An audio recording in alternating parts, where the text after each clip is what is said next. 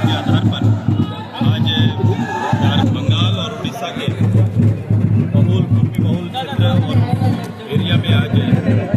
Rail टेका कार्यक्रम आयोजित किया गया है और समाज के हजारों लोग अपने पुराने दो मूल मांगों के साथ आज स्टेशनों पर खड़े एक अनुसूचित जाति की सूची में पुनः बहाल करने का विषय और दूसरा 8वीं अनुसूचित भाषा में कुड़वाली भाषा को दर्ज कराने का, ये दोनों विषय के साथ आए और ये लगातार ये क्रम चला है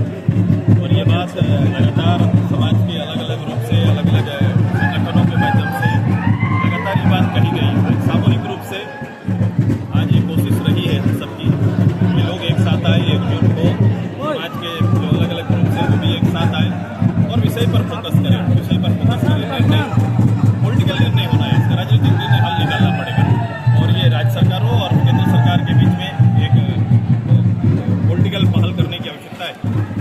और मुझे लगता है कि इस संदर्भ में हम लोग केंद्रीय पटल पर भी विषय को रख चुके हैं। सामूहिक रूप से 16 संगठनों को तीनों प्रदेश के प्रमुख नेताओं के साथ इस बात को वहाँ रखे हैं, लेकिन जिस रूप से समाज के अंदर में इस विषय को लेकर उबाल है, जिस रूप से अपने अधिकार, हक और अपने अस्तित्व को बचाने को लेकर जिस रूप से तैयारी चल रही है या फिर जिस रूप से लोगों में एक संगठनित पहल है, वो उसी का आज एक रूप है। कुर्मी समाज आदिवासी का दर्जा आदिवासी समाज के लोग कहते हैं कि नहीं ऐसा नहीं होना चाहिए, तो विरोधाभास नहीं, हाँ होगा। इस तरह से चीजें कभी कभी क्रिएटेड लोग तैयार करते हैं ताकि एक दो बड़ा समूह आपस में द्वंद्व में आ जाए और दोनों के बीच में दूरी बढ़े। ऐसा झारखंडी जो समाज है ना, ऐसा हो नहीं सकता है। इससे अच्छे लोगों को पहल करना पड़ेगा, तार्किक चीज़ों को आगे ले जाना पड़ेगा। किसी की इच्छा मात्र से कोई ट्राइबल नहीं हो सकता है, उसके अहर्ता है, उसके आधार है। उस आधार को हमें क्लियर करना पड़ेगा, उस आधार को